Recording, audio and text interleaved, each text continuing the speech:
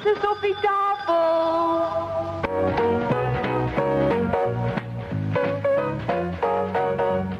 The makers of Epic Pure Sunflower Oil, Purine and Pret Cooking Fat, Yum Yum Peanut Butter, Maple Margarine and Niblets Cheese Twists present the Epic Casebook.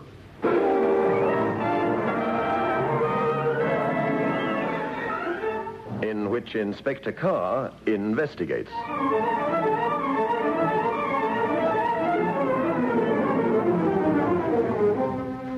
Good evening.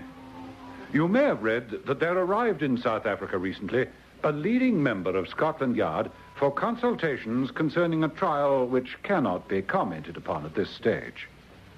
I remembered him as a young constable who was present at one of the most sensational murder trials ever to take place. It was the culmination of my investigation into the death of a well-known member of the underworld, Lawrence Ritchie. I've called my story Murder on the Brain.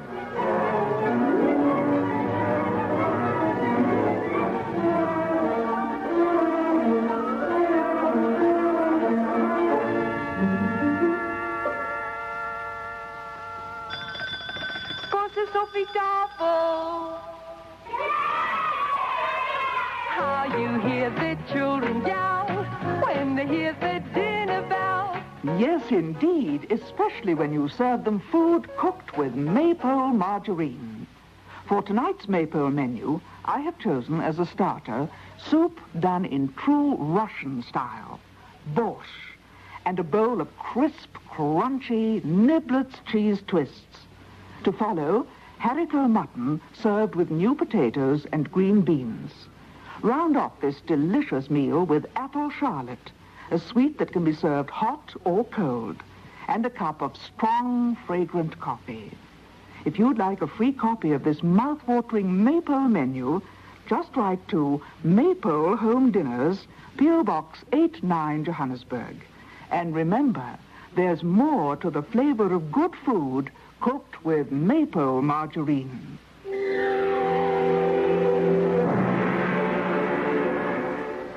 When news came through that Larry Ritchie was found on Clapham Common with a .38 bullet in his head, I was neither surprised nor, it must be said, perturbed.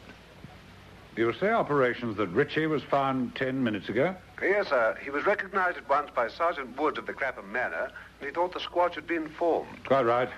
Looks like gang warfare. Some other thug belonging to some other gang will want his revenge. It looks as though we're going to have a busy time. Where's the body? At Clapham Mortuary, sir. Has the murder weapon been found? No, sir. All right, I'll send Sergeant Jackson out. Have the local boys found anything, do you know? If they have, they hadn't reported it, Inspector. Right, thank you. Now, here's the file on the Wilson case you wanted, sir. Thanks, Jackson. Oh, you'd better put it in the pending file. Something more urgent's cropped up. Oh, sir? Remember Larry Ritchie, the one that went in for grievous bodily harm? Do I, sir? I gave evidence. Do you see that file from X-Branch? They say he's now working with the Lambeth mob. Was, past tense. He's dead. Murdered. Well, he certainly had it coming to him, sir, didn't he? Certainly had. I still believe he's the man who bumped off light-fingered Morris. Shot with a .38. That'll cause a rumpus, won't it, sir? Certainly will. If we don't find the killer, and fast, the metropolitan area will become a shooting target for every light-fingered, trigger-happy thug. All right, Jackson. Ops has got the location, Clapham Common. They're expecting you. Go out there and see if there's anything the local boys have missed. Righto, sir. I'll get hold of Dr. McPherson. Take a look at the body.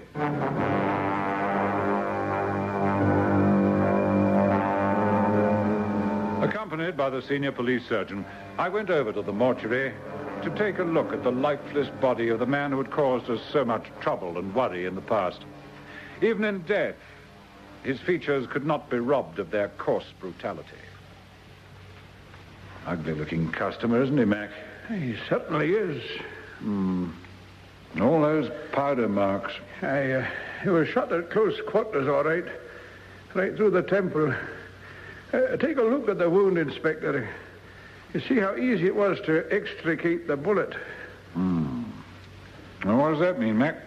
Well, without going into the gruesome details, the gun was so close to the forehead as to cause a tremendously wide hole in the bone structure. I doubt if the gun was more than an inch from the man's forehead. When did he die? Well, I understand that the temperature last night was pretty moderate. I would say that he was shot somewhere around about 1 o'clock this morning. By the way, here's the bullet. The local surgeon handed it to me. Mm-hmm. Thanks. I'll send it over to ballistics, but I don't think it'll do us much good. If it was a gang killing, the weapon's sure to be stolen. Aye, true enough. I wonder what he was doing on the common at that time of the morning. Somebody lured him there. Aye. Somebody he knew, obviously. He wouldn't have allowed anyone to be so close unless it was someone he knew. An ideal rendezvous for a killing.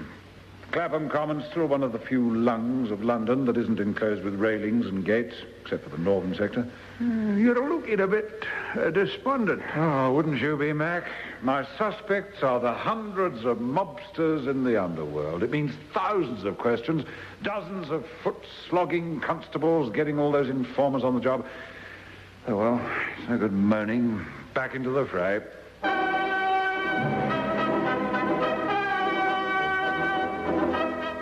I wasn't exaggerating.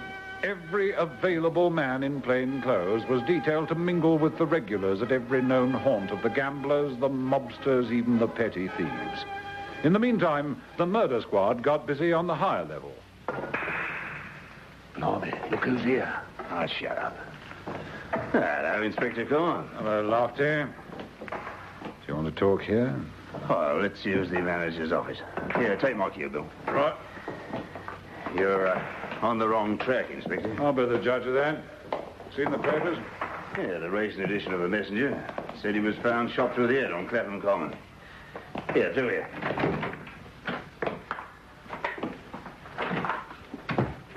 Sit down, won't you? All right. A cigarette? Let's not be polite to each other. I hate your guts, you hate mine. Hate me enough to frame me? Oh, you know better than that. Lofty, one of our informers tells us that he witnessed a little scene between you and Larry Ritchie at the Cock and Sparrow. Oh, so what? He had it coming to him. I dressed him down a little. I told him to stop getting into my hair, that's all. All right. You tell me what happened. Well, I received information that this two-bit punk was getting ideas above his station, so I went over to the Cock and Sparrow where I knew he'd be. So I said to this bookie, I'll back Tiger's eye for £5. At 10 to 1, you owe me 50 quid. And he says to me, where's your ticket? And I says to him, I haven't got a ticket. But I've got a nice knuckle duster to dust you down with. And he says to me, oh, so you lost your ticket, did you? Well, here's your money. I then says to him, I look like having that 10 to 1 winner every Saturday. Oh. What are you talking about, my friend Harry Blake? Now, listen, Lofty. Well, tough guy. How'd you like having your face slapped? You can't do this to me. That's funny. I thought I could. Like this. No. Yeah, Tony, I think some of these gentlemen don't like the way I'm treating their friend. Now, look, we ain't got nothing to do with it. Now, look, this is only the hors d'oeuvre, so to speak. You try running an agency in Notting Hill, and you'll find yourself in the bottom of a sewer where you belong. And you can tell your boss, Jimmy, I said so. I see. Shimmy Evans? Yeah. You're too smart to start a killing in the top league. You bumped off Larry Ritchie as another hors d'oeuvre. It was warning the head of the Lambeth mob to stay in their own preserve, Now, look, I've been expecting you. Now, I know what you think, Inspector. It isn't true. That was enough warning for Shimmy. The pasting I gave Larry. Do you think that Shimmy Evans is going to take this lying down? Did you do it yourself? Look, Judd, I'm warning you... Look, I'm as surprised at this as you are. Now, why should I get him bumped off? What happened at the Cock and Sparrow was only 2 days ago. Why shouldn't I have bumped him off then? Or arranged for someone else to do it? Ah, you know better than that.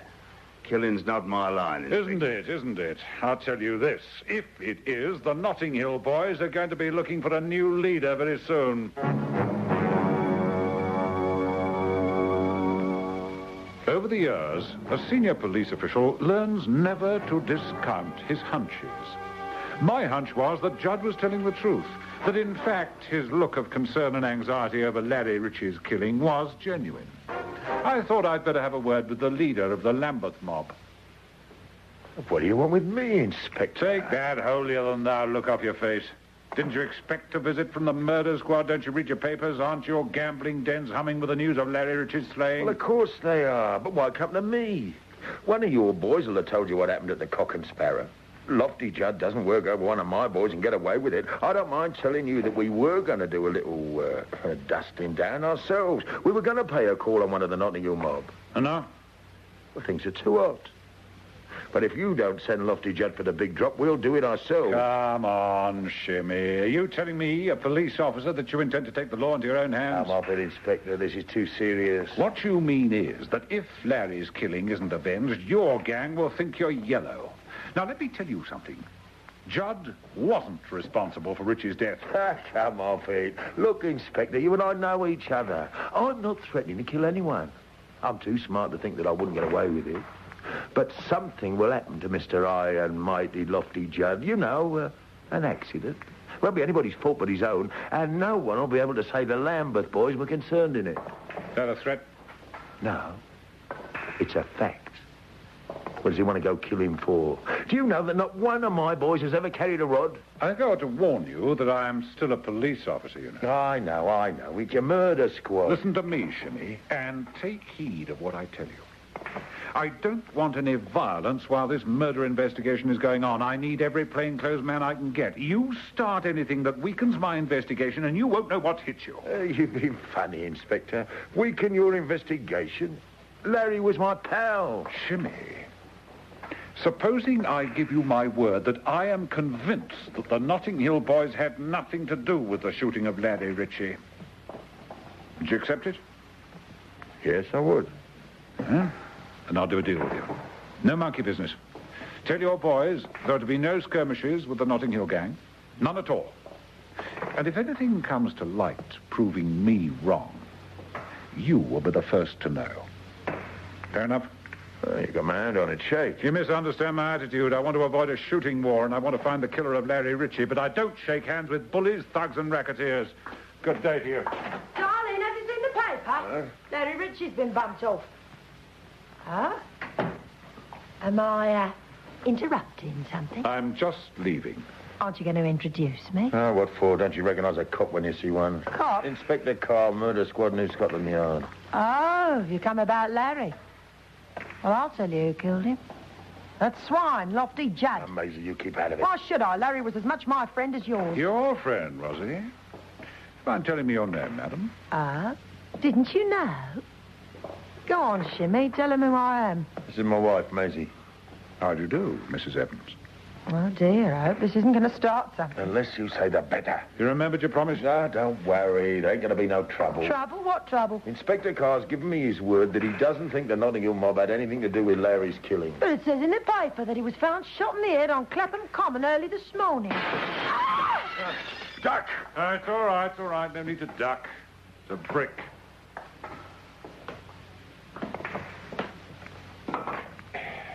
It's a message. Piece of paper tied to it. Shouldn't be surprised if it wasn't a message from the Notting Hill mob.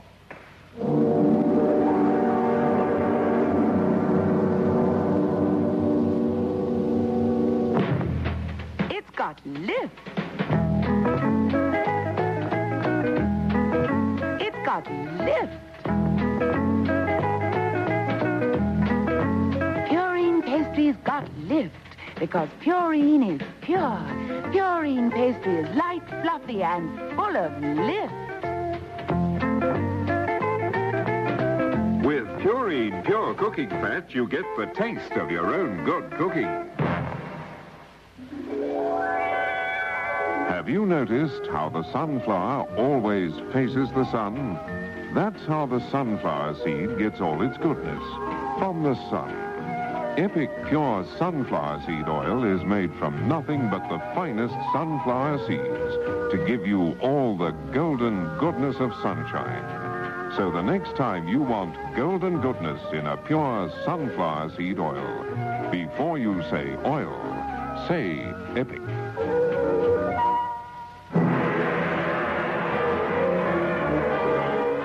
It was obvious from the white, blood-drained faces of Mr. and Mrs. Evans that they expected something much more lethal than a brick being hurled.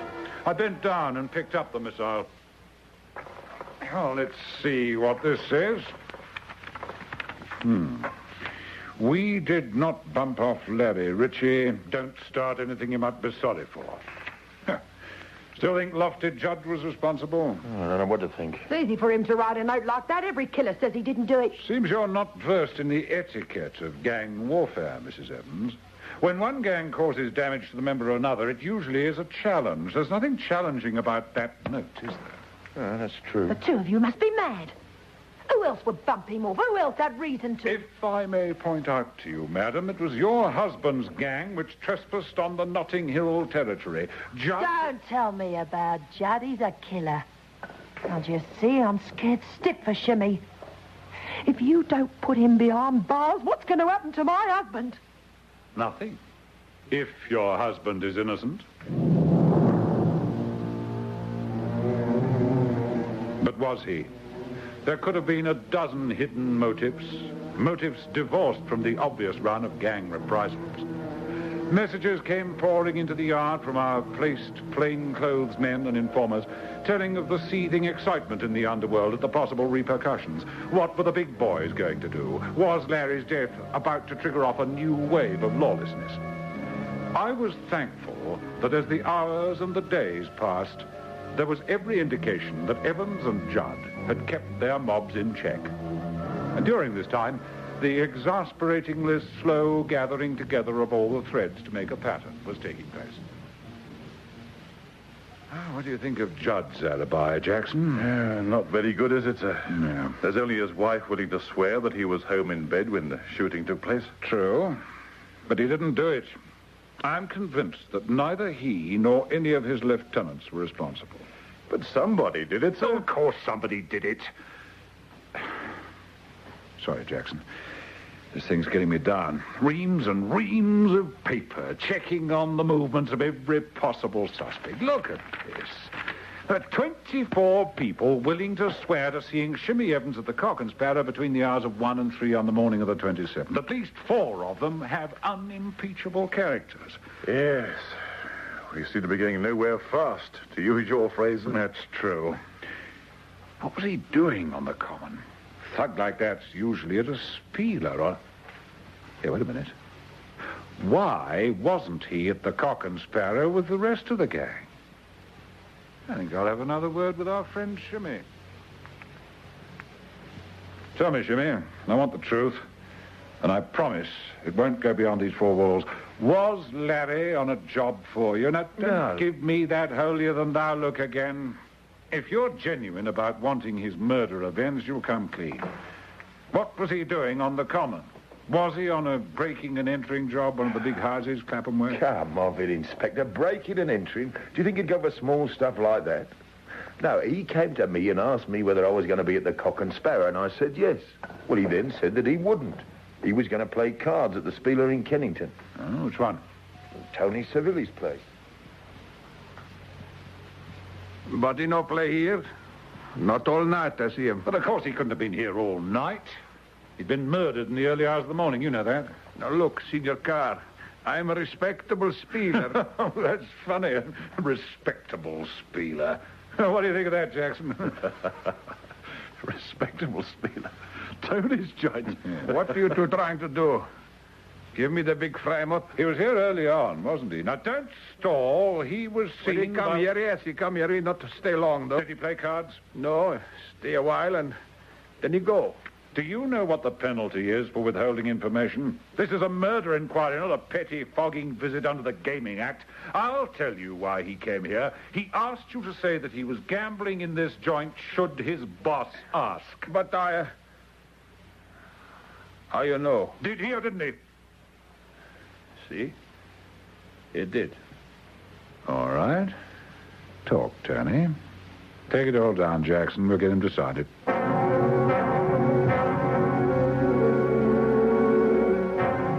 Tony's signed statement instilled in me the feeling that every detective waits for, the instinctive knowledge that at long last one is on the right track. I knew all along there was a girl in the case. Did you, sir? Why? Oh, never mind that now. Yes? Operations here, Inspector. Yes?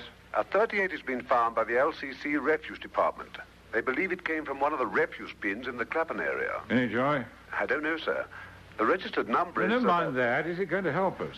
I'm afraid not, sir. It's one of a consignment of guns stolen from Hunting and Fishing Limited, Dover Street, about 2 years ago. Hunting and fishing?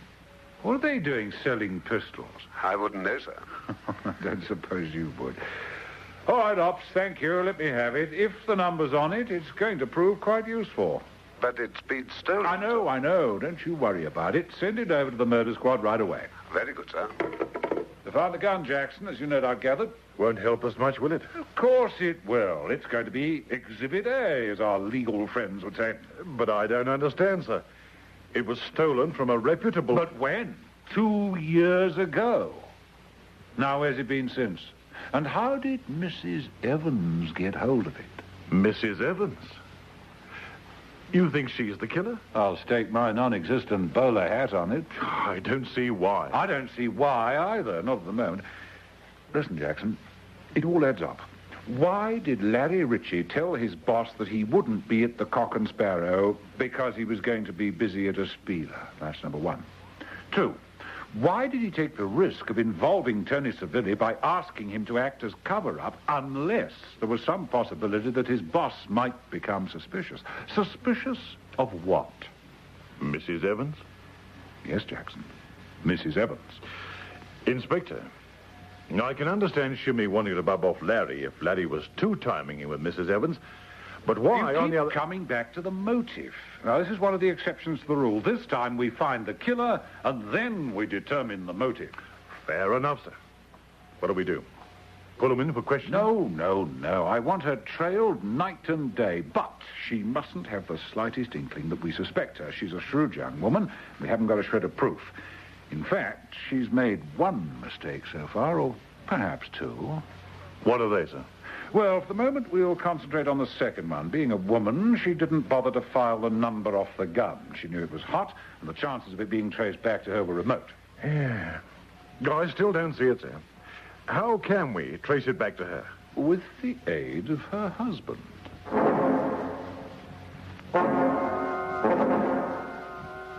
You lied to me. Shimmy Evans, thug that you are, strong-arm hoodlum and bully that you are, I believe you. Inspector, I can take so many insults and no more. What are you talking about? This I'm talking about. What? Pick it up, Shimmy. By the laws of the underworld, it's yours. What is this? What game are you playing? Remember that job in Dover Street, Hunting and Fishing Limited? Why didn't you file all the numbers? I'll tell you why. You flogged the rest, but you kept this one. Oh, I don't say you were going to do a murder with it. Otherwise, you'd have filed this one as well. Which of your gang did it? Who did you instruct to bump off Larry Ritchie? Me? You're crazy. He was a pal of mine. Was he? Don't tell me you didn't know about Larry and your wife. What? I got an alibi. I don't care about your alibi. I'll break it. What did you say? What did you say about Larry and Maisie?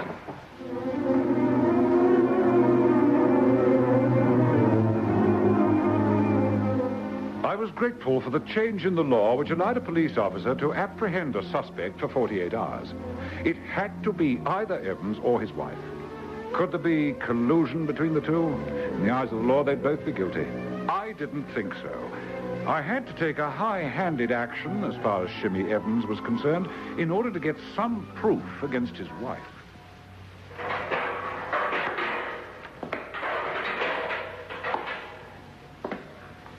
Evening, Shimmy. I was expecting an outburst. None? Were you?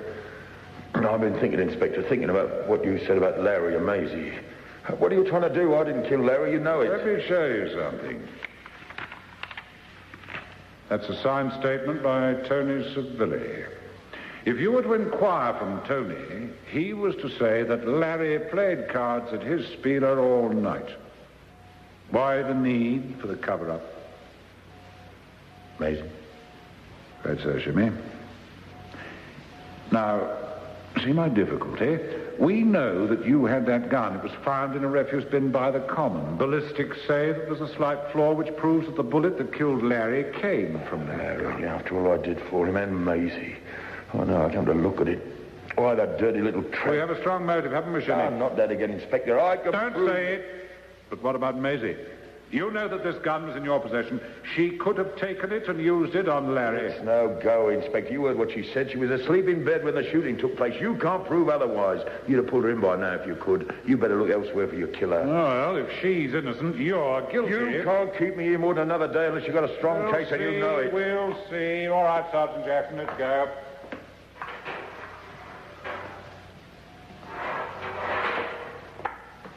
Oh, let's hope it works. Think it will, sir? Shimmy knows the ropes, but he's pacing up and down that cell with a murderous rage. He hasn't had a chance to speak to his wife. The very sight of her expression of bland innocence is likely to trigger him off, and her. Anyway, let's hope so. Oh, is this where she is? This is the office. What have you done with my husband?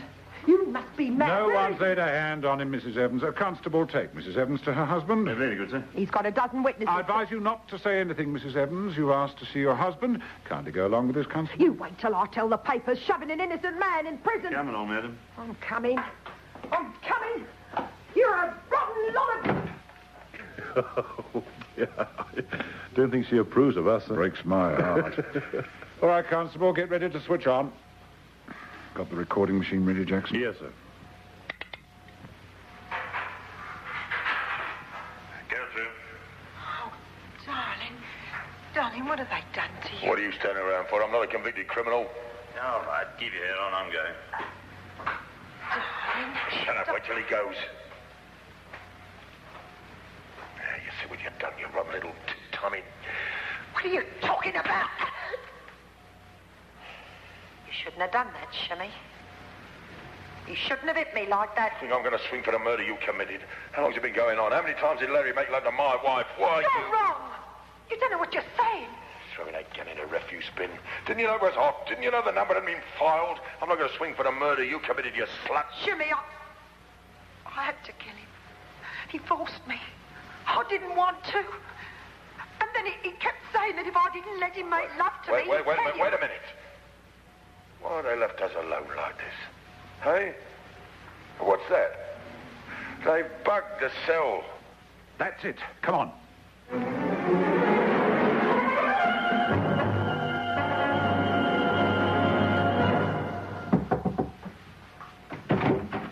It's all here, sir. We played over the recording and she signed a confession. Well, she's no fool. It's likely to get her a recommendation for mercy. Still, just as well, it'll shorten the trial. What's worrying you, Jackson? Just this, sir. You said you knew the killer was a woman right from the beginning. How could you have done? I didn't say I knew. I said I was reasonably convinced. Although the clue stood out a mile. You see, Jackson. Well, listeners, what was the clue? Simple, really. Not sure? Well, listen to the commercial, and I'll be back to tell you. Well, have you worked out why it was a reasonable assumption that Larry Ritchie was shot by a woman? Not sure? It was this. I doubt if the gun was more than an inch from the man's forehead. You see it now? How else could the killer get so close to the victim unless it was in a lover's embrace? The moral of the story, girls, if you're being importuned by some gangster, don't go putting a bullet through his head on Clapham. It's so common. Good night.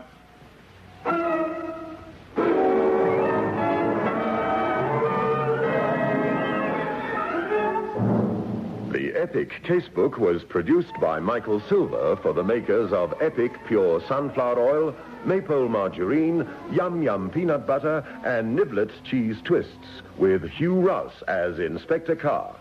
Listen again next Thursday night at 9:30 to another exciting story from our Epic Casebook.